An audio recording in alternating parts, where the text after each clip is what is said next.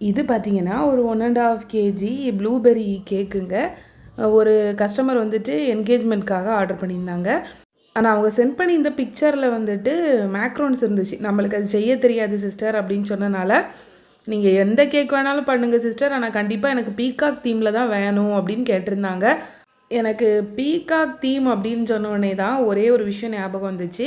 நான் இந்த channel start பண்ண புதுசில் ஒரு கேக் அப்லோட் பண்ணியிருந்தேன். அந்த கேக்கோட வியூஸ் கூட கொஞ்சம் நிறையாவே போயிருந்துச்சு. அதில் வந்து ஒரு கஸ்டமர் வந்து பீகாக் ஃபெதர் வச்சு டிசைன் பண்ணி கேட்டிருந்தாங்க. ஒரிஜினல் இல்லை, ஜஸ்ட் ட்ரா பண்ணி கேட்டிருந்தாங்க.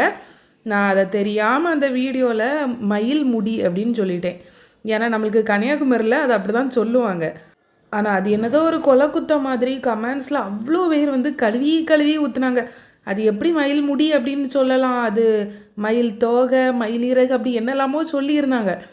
எனக்கு அதை ஒன்றே என்ன தான் தோணுச்சுன்னா, நம்ம சின்ன வயசுலேருந்தே என்ன சொல்லி பழகுறோமோ அதுதான் வரும். அதை வந்துட்டு திடீர்னு மாற்ற சொன்னாலாம் மாற்றுறது கஷ்டம். இந்த வீடியோவில் கூட எனக்கு அது சொல்கிறதுக்கு வர மாட்டேங்குது. பட் நான் உங்களுக்காக தான் அதை மாற்றிக்கணும்ல. ஏன்னா அந்த வீடியோவில் அவ்வளோ கழுவி ஊற்றிருக்கீங்க.